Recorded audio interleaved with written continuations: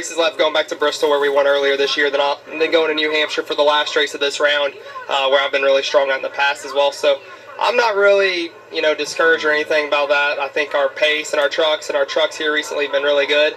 Everybody at Front Row Motorsports has been giving me a truck capable to go out there and win. Just made a mistake on my end today.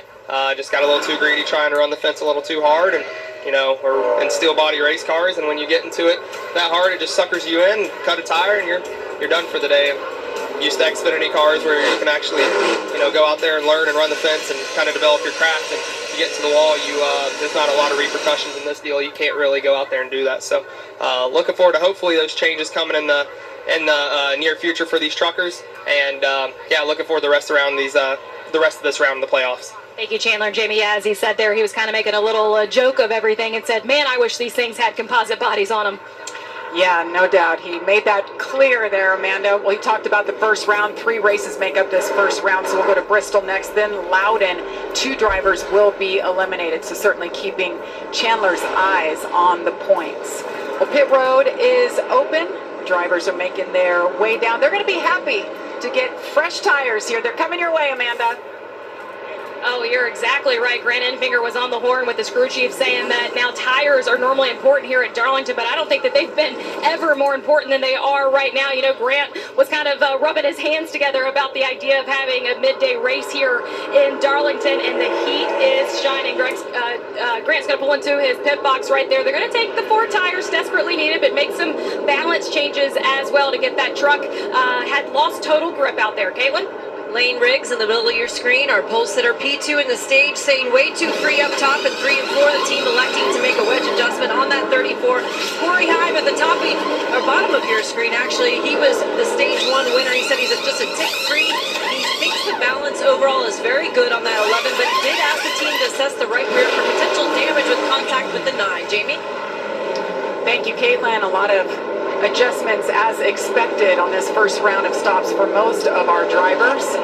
Corey Himes' team gets it done. Well, NASCAR has lost a true visionary this month. Humpy Wheeler was a promoter and innovator of the sport, known for his fans-first approach, and it was announced that he will be joining the NASCAR Hall of Fame class of 2026, earning the Landmark Award. He certainly knew how to entertain. Nobody did it better. Humpy Wheeler was an original, and he will certainly be missed. He was 86 years old.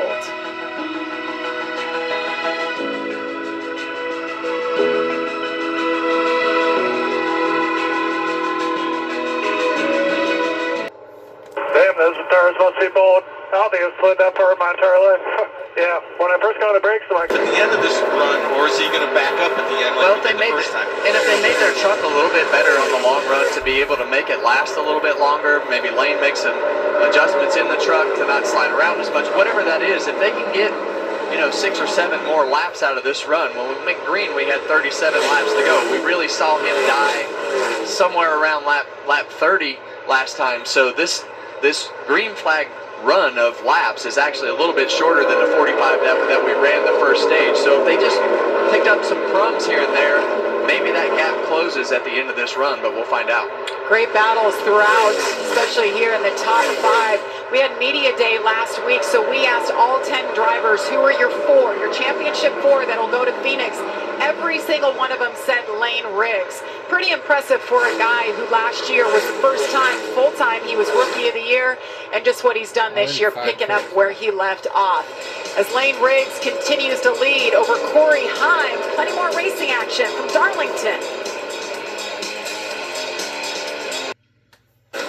Big announcement this week. We knew that Ram was going to make their return to NASCAR right here, actually in the Craftsman Truck Series next year. But now we know what the team will be. Colleague Racing has partnered with Ram, and they will run 5 trucks full-time starting in 2026. So big news, great for the series, but guys, they've got a lot of work ahead to make that happen by Daytona. That's an understatement, to say the least. I think when you look at putting 5 trucks on the racetrack, hiring teams, finding people, finding trucks, who your driver's going to be, who your crew chief's going to be, it's going to put a lot of pressure on the other teams.